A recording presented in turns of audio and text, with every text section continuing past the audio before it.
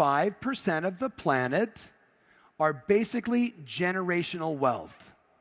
Somebody who is worth $5 million, who has paid off their home, and when they pass on, they transfer all that wealth over. That's generational wealth. But that's the 5%. The 15%, they are the middle class. They got a house, they got a little savings, they go on a few vacations, and they're comfortable. But where do you think the 80% sits? Darcy, the 80%? When they are older, either A, have to work to make money, or B, are dependent upon the government or their family to subsidize their lifestyle. So here's the first thing I want to show you. This is what 80% of real estate professionals do.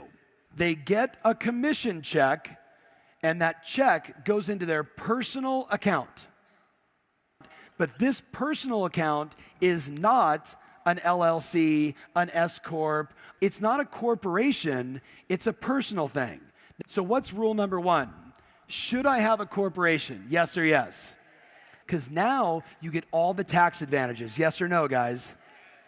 Let me show you what the 15% do. I get the check, it goes directly into my business account, right?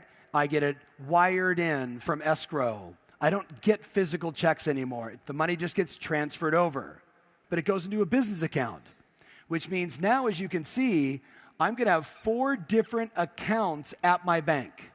I'm gonna have my business account, I'm gonna have my tax account, 3 accounts, tax account, business account, and my home account, my personal account. $10,000 hits my business account, and the first thing that happens is instantaneously $3,300 of the $10,000 goes directly into my tax account. How many of you are in the state of California or New York or in the country of Canada? You get a check for 10 grand, and you're lucky if you get 4,500. But $3,300 automatically goes there. Then 3,300 or less goes into your business account. A check comes in, I've got marketing. A check comes in, I've got expenses. Everything that I need to run my business, every check, 3,300, and then what goes over here? $3,400 to my home. Because many times, what do? We get a check, and we just start spending the money. This is the cardinal sin. This is what poor people do. They get a check, and they just start spending.